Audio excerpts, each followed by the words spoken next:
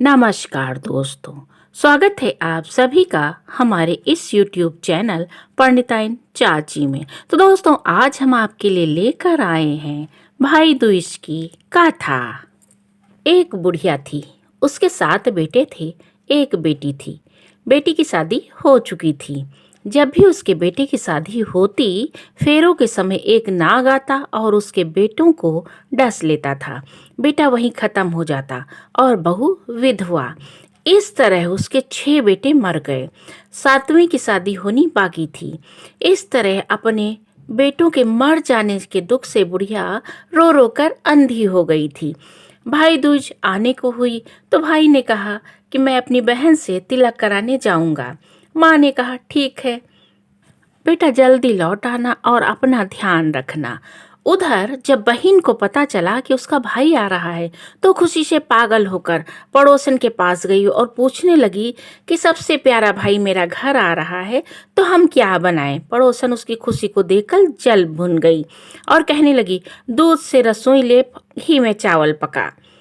बहन इतनी खुश थी कि उसे ध्यान ही नहीं रहा कि उसने क्या बताया है और उसने ऐसा ही किया। उसने दूध से रसोई लेप दी और घी में चावल पकाने के लिए चढ़ा दिया। उधर भाई जब बहन के घर आया तो उसे रास्ते में एक सांप मिला। सांप उसे डसने को हुआ तो भाई बोला, तुम मुझे क्यों डस रहे हो? सांप बोला, मैं तुम्हारा काल हूँ और मुझे तुमको डसना है। भाई बोला, मेरा बहन मेरा इंतजार कर रही है, मैं जब तिलक करा के वापस लौटूंगा तब तुम मुझे डस लेना। सांप ने कहा, भला आज तो कोई अपनी मौत के लिए लौट के आया है जो तुम आओगे? भाई ने कहा, अगर तुम्हें यकीन नहीं है तो मेरे झोले में बैठ जा। जब मैं अपनी बहन को तिलक करा लूंगा तब तुम मुझे डस लेना। और सांप ने ऐसा ही किया और उसका भाई अपनी बहन के घर पहुंचा। दोनों बहुत खुश हुए। तो बहन ने भाई के टीका किया और उसके बाद भाई ने कहा कि बहन मुझे बहुत भूख लगी है, जल्दी से कुछ खाने को दो। बहन क्या करे, दूध की रसोई न सूखे न घी में चावल पके।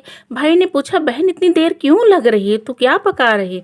तब बहन ने बताया कि मैंने पड़ोसन से पूछा था कि मेरा भाई आ रहा है तो मैं क्या बनाऊं, तो उसने मुझसे जो कहा वही मैंने किया। तो ना तो चावल पक रहे हैं और ना ही खाना कुछ तैयार हो रहा है, तो मैं क्या करूं? तो भाई बोला, पगली, कहीं घी में चावल पके हैं या दूध से कोई रसोई लीपे है? गोबर से रसोई लीप और दूध में चावल पका। बहन ने ऐसा ही किया। खाना खाने के बाद भाई को बहुत जोर की नींद आई। इतने में बहन के बच्चे आ गए। बोले, मामा मामा मेरे लिए क्या लाए हो? भाई बोला, मैं तो कुछ नहीं लाया। बच्चों ने कहा, नहीं मामा, ये झोला मुझे दिखाओ। और दोस्तों, उस झोले में सांप था। जैसे ही बच्चों ने उसको खोला, उसमें एक हीरे का हार निकला और वो सांप गायब हो चुका था। बहन ने कहा, भैया तूने बताया नहीं कि तू मेरे लिए इतना सुंदर हार लाए हो? भाई चकित रह गया। उसने कहा, बहन अगर ये हार तुझे पसंद है तू ले ले, मुझे हार का क्या करना? और उसने अपनी बहन को कुछ नहीं बताया कि रास्ते में क्या हुआ, कैसे सांप मिला था और इसी झोले में मैं सांप लेके आया था। वो सांप पता नहीं कैसे गायब हो गया, सांप की जगह इसमें हार आ गया। उसे कुछ पता ही नहीं था। वो कुछ नहीं बोला। उसने कहा, बहन तुझे पसंद है तो तू ले ले, मुझे हार का क्या करना? अगले दिन भाई बोला कि अब मुझे जाना है, मेरे लिए खाना रख दे। बहन ने उसके लिए लड्डू बना के एक डब्बे में रख दिए। कुछ दूर जाकर थक कर एक पेड़ के नीचे भाई सो गया।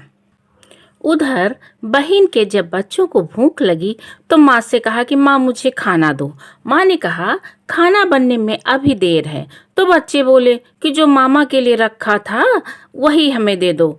तो माँ ने कहा कि मामा के लिए तो मैंने बाजरा पीसा था और लड्डू बनाए थे, तो जाओ देखो जाके चक्की के पास आटा रखा होगा, थोड़ा लड्डू रखे होंगे, वही लेके खा लो जाके।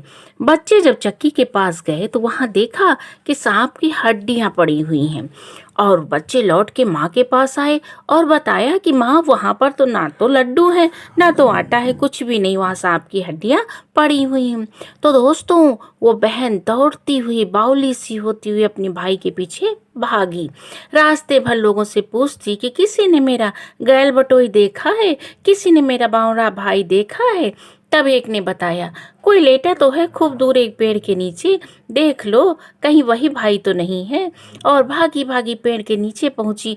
उसने जल्दी से अपने भाई को नींद से उठाया और बोली, भैया भैया, कहीं तूने वो लड्डू तो नहीं खाए जो मैंने तुझे दिए थे? भाई बोला, ये लो तेरे लड्डू। नहीं खाए मैंने, ले दे के लड्डू ही तो दिए थे, उनके पीछे भागी भागी आ गई। बहन बोली, नहीं भाई तू झूठ बोल रहा है, जरूर तूने खाया है। तो भाई बोला, नहीं मैंने नहीं खाया है। तो बहन बोली, मुझे कुछ आशंका हो रही है, मैं तुम्हारे साथ चलूंगी, अकेले मैं तुम्हें नहीं जाने दूंगी। भाई बोला, तू क्यों हट कर रही है? अच्छा ठीक है, अगर तू नहीं मान रही है तो मेरे साथ चल। और बहन अपने भाई के साथ चल पड़ी। और दोस्तों, दोनों भाई बहन चले जा रहे थे। बहुत देर हो गई। बहन को रास्ते में प्यास लगी तो उसने कहा, भैया प्यास लगी है, मुझे पानी पीना है। भाई बोला, अब मैं तेरे लिए यहाँ पानी कहाँ से लाऊं? मैंने कहा था तू मेरे साथ मत चल, मगर तू चल रही मेरे साथ, मैं पानी कहाँ से लाऊं? फिर उसने दूर देखा कि एक चील उड़ रही है। उसने कहा, चली जा, शायद वहाँ तुझे पानी मिल जाए। तब बहन बोली, ठीक है भैया, आप यहीं रुको, मैं पानी पी के अभी आती हूँ। और वो उसी तरफ चली गई जिधर चील उड़ रही थी। और वहाँ पर उसने देखा कि एक जगह जमीन में 6 सिलाएं गड़ी हुई हैं और एक बिना गढ़े रखी हुई है। और वहाँ पर एक बुढ़िया खड़ी थी। उसने उस बुढ़िया से पूछा कि माँ, ये सिलाएं कैसी हैं? तब बुढ़िया ने बताया कि एक बुढ़िया है, उसके 7 बेटे थे। 6 बेटे तो शादी के मंडप में ही मर चुके हैं, तो उनके नाम की ये सिलाएं जमीन में गड़ी हैं। अभी 7वें की शादी होनी बाकी है। जब उसकी शादी होगी तो वो भी मंडप में मर जाएगा, तब ये 7वीं शिला भी जमीन में गड़ जाएगी। और दोस्तों, इतना सुनकर बहन समझ गई, ये सिलाई किसी और की नहीं बल्कि उनके भाइयों के नाम की हैं। उसने उस बुढ़िया से अपने 7वें भाई को बचाने का उपाय पूछा तो बुढ़िया ने उसे सब बता दिया कि कैसे वो अपने भाई की जान को बचा सकती है। सब जानकर वो वहाँ से खुले बाल लेकर पागलों की दौड़ती हुई अपने भाई को गालियां देती हुई आई और भाई से बोली, तू तो जलेगा कुटेगा मरेगा। भाई उसके ऐसे व्यवहार को देखकर चौंक गया। उसे कुछ समझ में नहीं आया था। उसने सोचा, जरूर मेरी बहन को किसी चुड़ैल ने पकड़ लिया है, इसीलिए वह ऐसी बातें कर रही है। और दोनों भाई बहन अपने घर आए। जब घर आए तो माँ ने पूछा कि क्या हुआ? तो भाई ने बताया कि माँ, बहन तो पागल हो गई है, पता नहीं कैसे रास्ते में मुझे कह रही तू जलेगा कुटेगा मरेगा, पता नहीं कैसी बातें करने लगी। तो माँ ने कहा, थक गई होगी इसलिए ऐसा है। और दोनों भाई बहन रहने लगे। और दोस्तों, कुछ दिन के बाद भाई के लिए सगाई के रिश्ते आने लगे। उसकी शादी तय हो गई। जब भाई को सेहरा पहनाने लगे सब लोग, तो बहन बोली, इसको क्यों सेहरा बंधेगा? सेहरा तो मैं पहनूंगी, ये तो जलेगा और मरेगा। सब लोग परेशान हो गए और कहा, लो सेहरा इसी को दे दो। और बहन ने देखा कि उसकी कलंगी की जगह सांप का बच्चा था। बहन ने उसे निकालकर फेंक दिया। और दोस्तों, जब भाई घोड़ी पर चढ़ने लगा तो बहन फिर बोली, ये क्यों घोड़ी पर चढ़ेगा? घोड़ी पर तो मैं बैठूंगी, ये तो जलेगा मरेगा, इसकी लाश को चील कौवे खाएंगे। सब लोग बहुत परेशान हो गए कि ये पता नहीं क्या कर रही है। और सबने कहा, ठीक है, इसी को घोड़ी पर चढ़ा दो।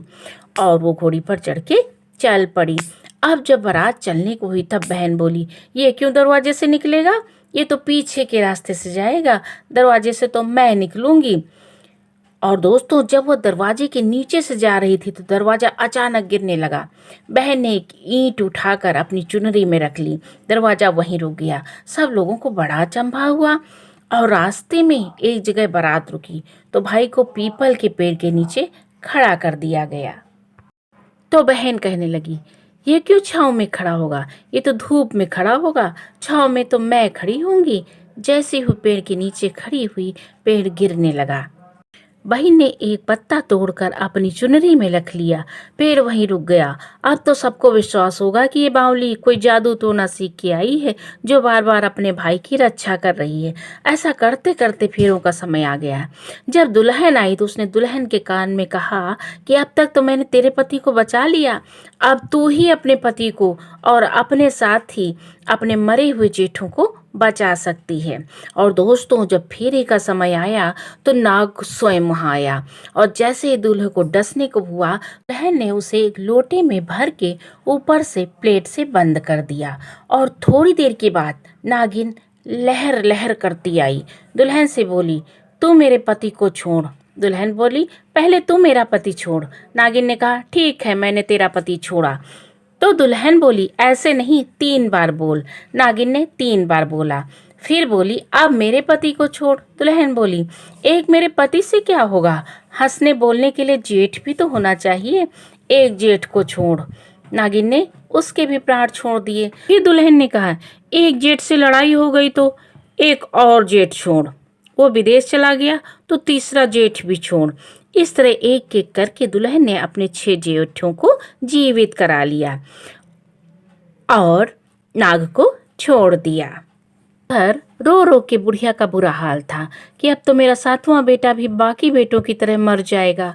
मगर कुछ ही देर बाद गांव वालों ने उसे बताया कि उसके 7 बेटे और 7 बहुएं आ रही। तो बुढ़िया बोली, अगर ये बात सच है तो मेरी आंखों की रोशनी भी वापस आ जाए, मेरे सीने में दूध की धारा बहने लगे। और ऐसा ही हुआ। उसके सारे बहू बेटों को देखकर वो बहुत खुश हुई और बोली, ये सब तो मेरी बाउली का किया हुआ है, कहाँ है मेरी बेटी। सब बहन को ढूंढने लगे और देखा कि वो तो भूसे की कोठरी में सो रही है। जब उसे पता चला कि उसका भाई सही सलामत है तो अपने घर को चलने लगी। उसके पीछे पीछे सारी लक्ष्मी भी जाने लगी। बुढ़िया ने कहा, बेटी पीछे मुड़ के देख, तो सारी लक्ष्मी ले जाएगी तो तेरे भाई भाभी क्या खाएंगे। तब बहन ने पीछे मुड़कर देखा और कहा कि जो माँ ने अपने हाथों से दिया है केवल वही मेरे साथ चल, बाकी सब कुछ भाई भाभी के पास रह जा।